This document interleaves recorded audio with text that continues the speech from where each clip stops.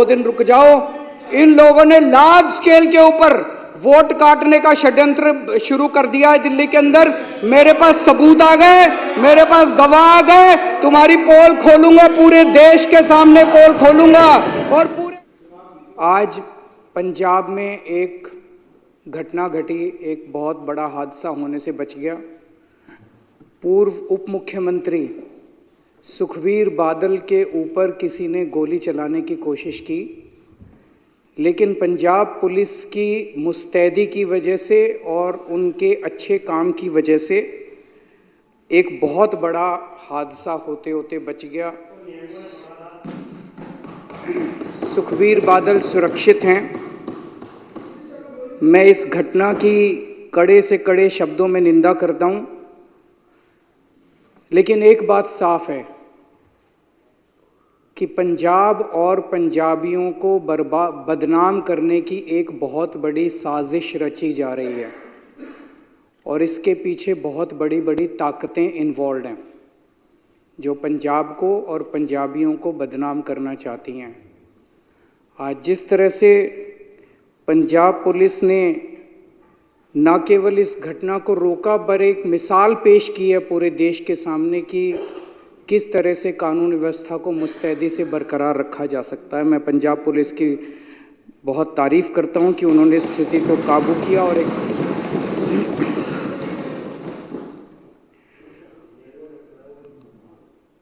पंजाब में सुबह जब ये घटना घटी तो पूरी बीजेपी और इनके सारे नेता और पूरी मीडिया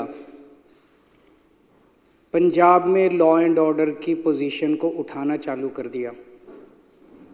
पंजाब में तो हमने एक घटना को घटने से रोक लिया, लेकिन जब दिल्ली के अंदर सरेआम मर्डर हो रहे हैं, सरेआम शूट आउट हो रहे हैं, पूरी राजधानी गैंगस्टर्स के कब्जे में है, जगह जगह नशा बिक रहा है, महिलाओं के साथ बलात्कार हो रहे हैं, तब पूरी की पूरी बीजेपी ऊपर से नीचे तक चुप हो जाती है।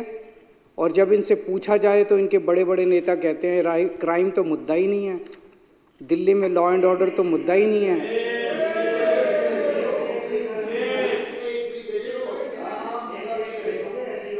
दिल्ली में खुलेआम लोगों के मर्डर हो रहे हैं और बीजेपी कहती है कि क्राइम मुद्दा ही नहीं है। दिल्ली में महिलाओं के बलात्कार हो रहे हैं, महिलाएं असुरक्षित हैं, बीजेपी कहती है कि लॉ एंड ऑर्डर मुद्दा ही नहीं है। दिल्ली में सरेआम व्यापारियों को फिरौती मिल रही है, फिरौती की धमकियां मिल रही है, बीजेपी कहती है कि क्राइम मुद्दा ही नहीं है। दिल्ली में सरेआम गैंगस्टर्स व्यापारियों की दुकानों पे गोलियां बरसा रहे हैं और इनके नेता कहते हैं कि क्राइम मुद्दा ही नहीं है। गृह मंत्री अमित शाह की सीधे सीधे जिम्मेदारी बनती है कि दिल्ली की कानून व्यवस्था को सुचारू रूप से चलाया जाए, और गृह मंत्री के घर के 20 किलोमीटर 30 किलोमीटर के दायरे के अंदर सरेआम शूट आउट चल रहे हैं। गैंगस्टर्स पूरा दिल्ली पे कब्जा कर चुके हैं और गृह मंत्री आराम से अपने घर में सो रहे हैं, उन्हें दिल्ली की कोई चिंता नहीं है। मैं पूछना चाहता हूं, क्या इस देश के अंदर एक वीआईपी की सुरक्षा और एक आम आदमी की सुरक्षा के अलग अलग पैमाने होने चाहिए? वीआईपी की भी सुरक्षा जरूरी है। आज सुखबीर बादल के ऊपर हमला हुआ, पंजाब पुलिस ने मुस्तैदी से उनकी सुरक्षा की, लेकिन जब दिल्ली के आम आदमी आज कल ट्रिपल मर्डर हुआ है देवली के अंदर, आज सुबह ट्रिपल मर्डर हुआ है। एक आदमी सुबह सुबह मॉर्निंग वॉक पे गया, जब घर वापस आया तो उसके माँ, उसकी पिताजी और उसकी बहन, तीनों को उसने पाया कि उनका मर्डर कर दिया गया है। ये इनके लिए मुद्दा ही नहीं है, ये कहते हैं मुद्दा ही नहीं है। मैं पूछना चाहता हूं, क्या आम आदमी की सुरक्षा मायने नहीं रखती? क्या आम आदमी के जान की कीमत एक वीआईपी की जान से ज्यादा कम कीमती है? आप उस लड़के से पूछो जिसके 3 लोगों की मौत हो गई, उसके लिए तो सबसे ज्यादा वीआईपी उसके माता पिता और उसकी बहन ही सबसे ज्यादा वीआईपी थे। तो मैं इनको बीजेपी वालों को कहना चाहता हूं, तुम मेरे जितने मर्जी एमएलएज को गिरफ्तार कर लो, जितने मर्जी मेरे ऊपर लिक्विड गिरवा लो, जितने मर्जी मेरे ऊपर हमले कर लो, मैं तो दिल्ली के आम लोगों की सुरक्षा का मुद्दा उठाता रहूंगा जब तक मेरे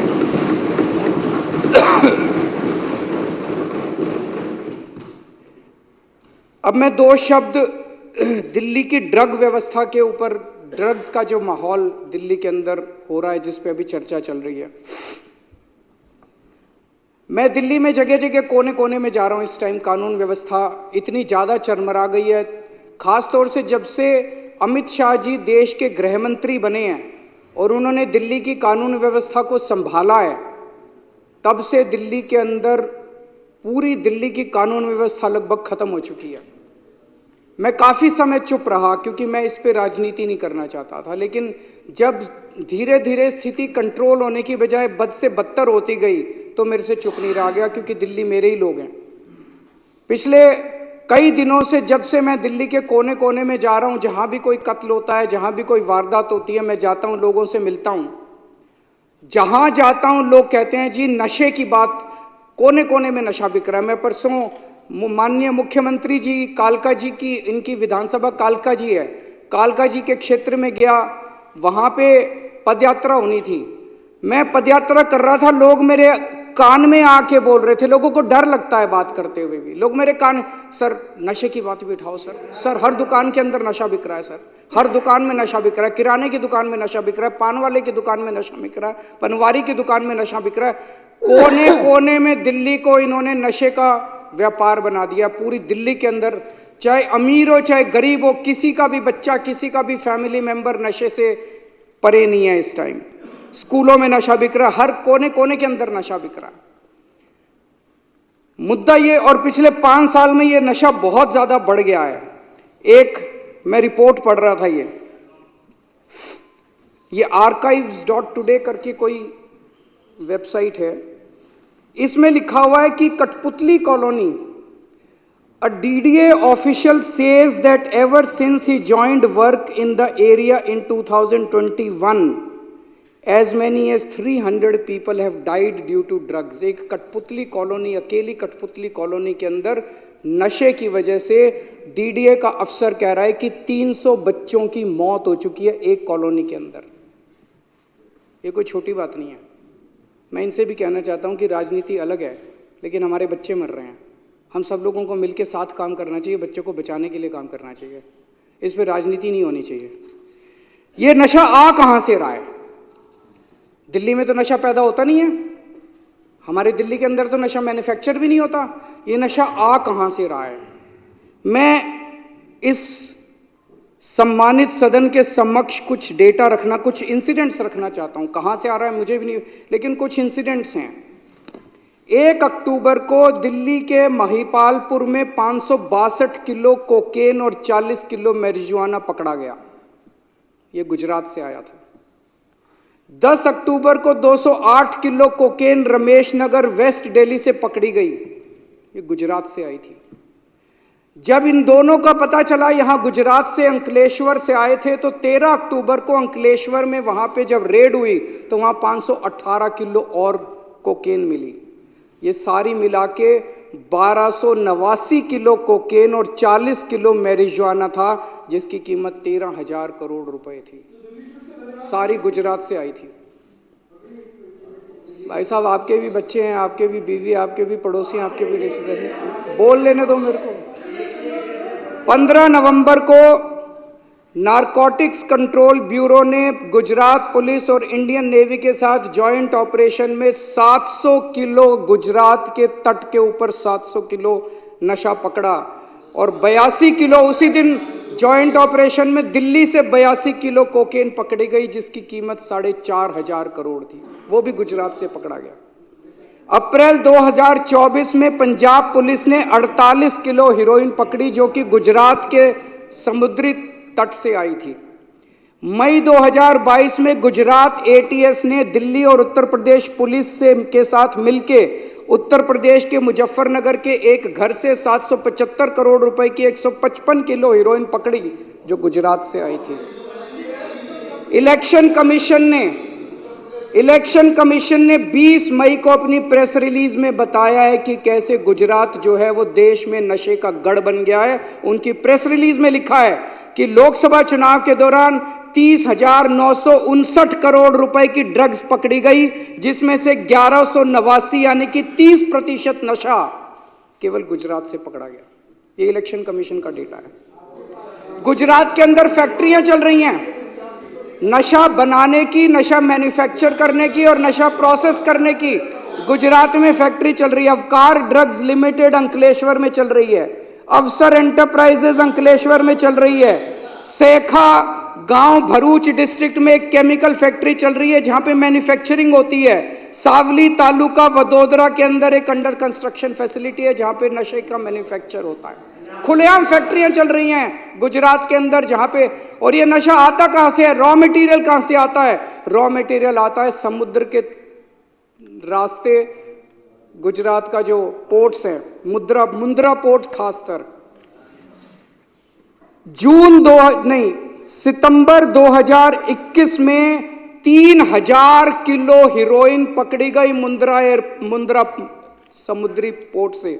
मुंद्रा पोर्ट से 21,000 करोड़ रुपए की, जो भारत के इतिहास में सबसे बड़ी रिकवरी थी। 21,000 करोड़ रुपए की 3,000 टन। और उन्हीं दिनों अखबारों में छपा कि 3 महीने पहले जून के महीने में 2021 में 24,000 किलो हीरोइन 70,000 करोड़ रुपए की बिना पकड़े निकल गई थी देश के अंदर, उसी तट से। यह अखबारों के अंदर छपा था। मई 2022 में 52 किलो कोकेन 500 करोड़ की पकड़ी गई मुंद्रा पोर्ट से। जुलाई 2022 में 375 करोड़ की 75 किलो हीरोइन पकड़ी गई मुंद्रा पोर्ट से, जो कि पंजाब ले जाई गई। जुलाई 2024 में 110 करोड़ की ट्रेमेडोल पकड़ी गई मुंद्रा पोर्ट से। ये तो पकड़ी गई, जो मुंद्रा पोर्ट से चली गई उसका पता नहीं। तो मोटे मोटे तौर पे निष्कर्ष क्या निकलता है? निष्कर्ष ये निकलता है अध्यक्ष महोदय, और एक अखबार की खबर के मुताबिक पिछले कुछ वर्षों में 2.5 लाख करोड़ रुपए की ड्रग्स जो है वो गुजरात के अंदर पकड़ी गई है। 2.5 लाख करोड़ रुपए की। इससे निष्कर्ष क्या निकलता है कि समुद्र के रास्ते मुंद्रा पोर्ट से ड्रग्स देश में एंटर कर रही हैं, रॉ मटेरियल एंटर करता है।